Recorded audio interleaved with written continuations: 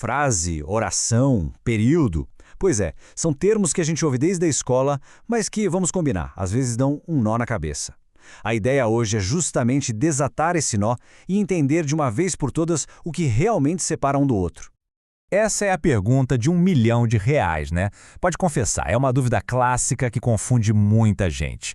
E olha, entender essa diferença é o primeiríssimo passo para a gente conseguir organizar melhor qualquer ideia, seja na fala ou na escrita.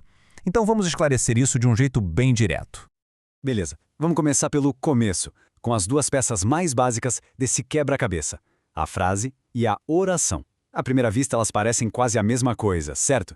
Mas tem um detalhezinho que, na verdade, muda absolutamente tudo. A grande virada de chave está aqui, ó. Para ser uma frase, a única regra tem que fazer sentido. A comunicação, a mensagem é o que manda. Já a oração, a história é outra. O foco dela é a estrutura e a regra de ouro precisa obrigatoriamente ter um verbo. Olhando mais de perto a frase, a definição é essa, bem simples. Ela precisa passar uma ideia completa. Pensa em que dia lindo. A gente entende perfeitamente, né? Ou então uma palavra só.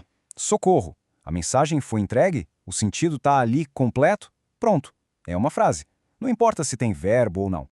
Agora, a oração. Aqui, o jogo vira. A grande estrela do show, a peça que não pode faltar de jeito nenhum, é o verbo. Ele é o núcleo de tudo. Num exemplo como o sol brilha hoje, é justamente o verbo brilhar que estrutura a construção e a transforma numa oração. E isso nos leva direto para ele, o protagonista de toda essa história. O verbo não é só mais uma palavra no meio das outras, não.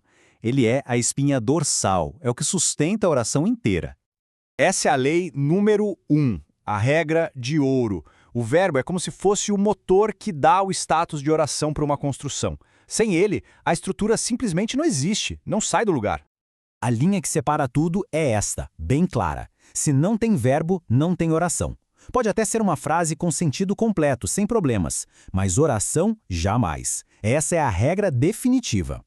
Ok. Com a base de frase e oração bem entendida, a gente pode subir um degrau e falar sobre o período. E o segredo para desvendar o que é um período é mais fácil do que parece, juro. É só contar os verbos. E essa contagem de verbos divide os períodos em duas categorias, em dois times.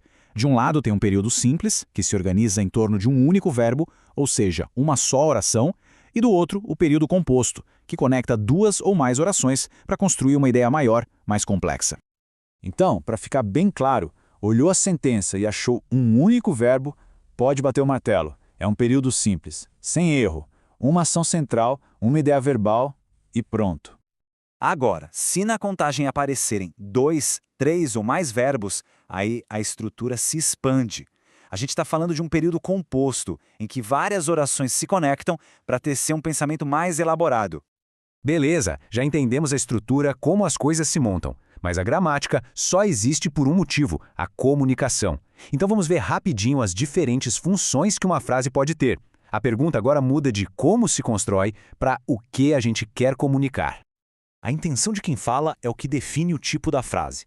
Ela pode ser declarativa, que é só para afirmar ou negar um fato, como o céu está azul. A interrogativa, óbvio, é para perguntar, vai chover? Já a exclamativa bota emoção para fora, que susto! A imperativa serve para dar uma ordem, fecha a porta. E tem até a optativa, que a gente usa para expressar um desejo, que tudo dê certo. Bom, passamos por todas as peças desse quebra-cabeça. Agora, para garantir que tudo se encaixou direitinho, vamos para aquele resumo final, só com os pontos essenciais que a gente não pode esquecer. Então, para não esquecer nunca mais, frase é sobre ter sentido completo. Oração tem que ter verbo, é a regra número 1.